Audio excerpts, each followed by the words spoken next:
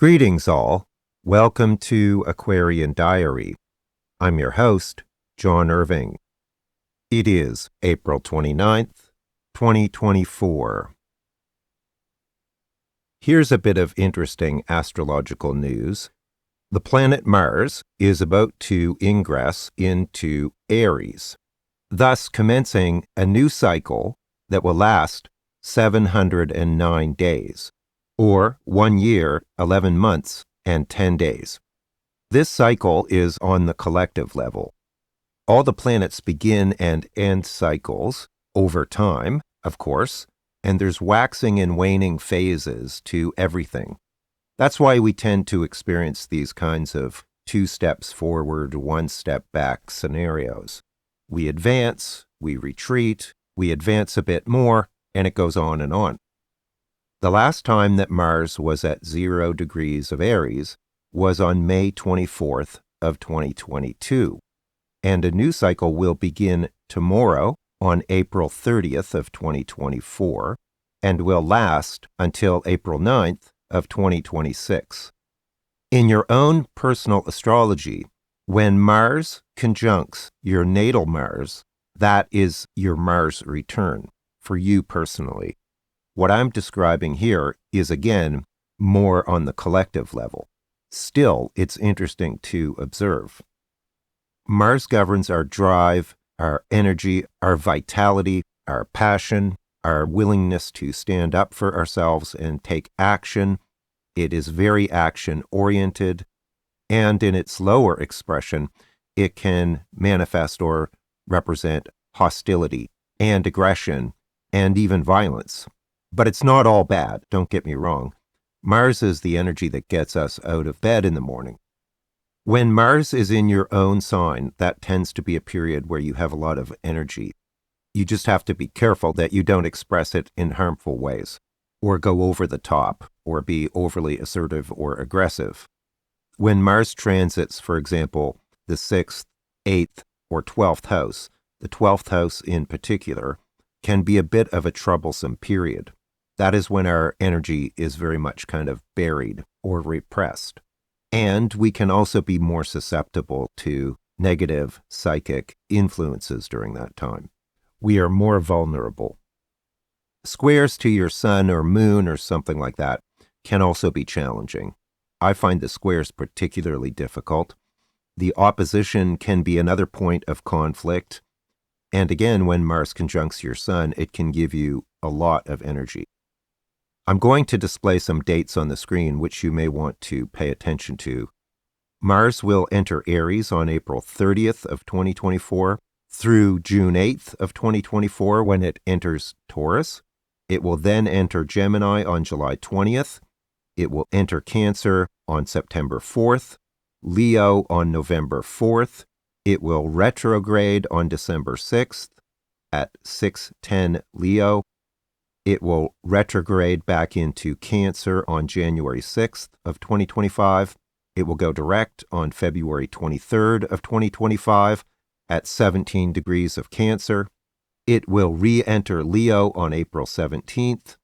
It will enter Virgo on June 17th, Libra August 6th, Scorpio September 22nd, Sagittarius November 4th of 2025, Capricorn December 15th of 2025, Aquarius January 23rd, 2026, Pisces March 2nd, and it will enter Aries again on April 9th of 2026, completing this upcoming Mars cycle. So that's just a quick overview of this Mars cycle with the ingresses, which I thought might be helpful to you. If you have a strongly placed Mars, or you're an Aries, or you're an Aries rising, this may be particularly important to you. There are tremendous amounts of tension in the world right now, and I can't help but think of the student protests. This period from April 30th until June 8th, when Mars is in Aries. Aries represents conflict, war, and the military and things like that. I can't help but think of the student protests the war on Gaza, Ukraine, and other volatile situations. This period when Mars is in Aries is going to amplify a lot of the very combative, militaristic, and aggressive postures we've been witnessing lately. And that includes, I think, the heavy-handed policing and law enforcement that has been occurring. But people on all sides will be more prone to acting more rashly and, for example, saying things that are rooted in anger or resentment without necessarily thinking things through. So I expect this period through to June 8th to involve quite a bit of drama and hostilities, unfortunately.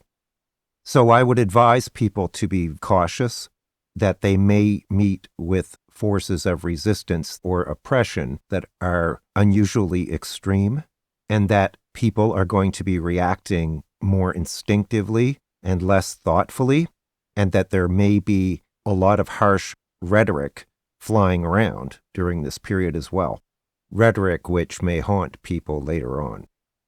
Pluto is still at the very early degrees of Aquarius, so that energy in and of itself is quite rebellious against authorities and authority structures. Basically, we can expect a lot of drama, and hopefully people don't actually get hurt. But remember, like I said in my last episode, in which I talked about the student protests, the students were right in the 1960s. A lot of the things that they were protesting against are actually generally widely accepted nowadays. And authorities and those in power are making a mistake if they respond too aggressively to these kinds of situations. Both Republicans and Democrats cannot afford to completely alienate our youth, and they are the future. These are the people who will be coming into positions of power in coming years. The morals and ethics here are quite clear. I'm saying this because I see a lot of commentary, often from a lot of apparently older people, who seem to be calling for very harsh measures against these students, and I get the impression that they only get their news from cable TV, which promotes the prevailing narrative, whatever that is. You just can't rely on it. I figured that out when I was in high school. And like I said, they're making a mistake. With Pluto in Aquarius now, for the most part, for another 20 years, there's going to be a lot of social progress, and Pluto is going to be showing us all of the hypocrisy and contradictions in areas of social justice and human rights. And I would not want to be on the wrong side of history here, which I think many people are, including on the Democratic side of the equation. It's stunning to me that university presidents and Democratic politicians didn't learn their lessons from the 1960s and early 1970s. It's a bit jaw-dropping. You cannot oppress an entire generation and expect them to just accept your authority, especially if it's not grounded in good ethics or morals. And let's not forget, the planet was basically trashed under their watch, and they're leaving that legacy for these young people. So it's a bit outrageous for older people to be stomping on younger people at this point in time. What has happened in the past 60 years is nothing short of a catastrophe. And the fact that even today it is young people like Greta Thunberg who have to pick up the mantle while there are countless rich, white, older people sitting in their condos in Florida, suntanning, playing golf, watching their stock market portfolios grow, and voting for fascists. It is criminal negligence and hypocrisy of the highest possible order.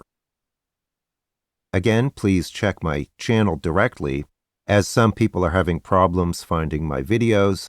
Also, as usual, I put important details in the episode description, including how to contact me for a reading.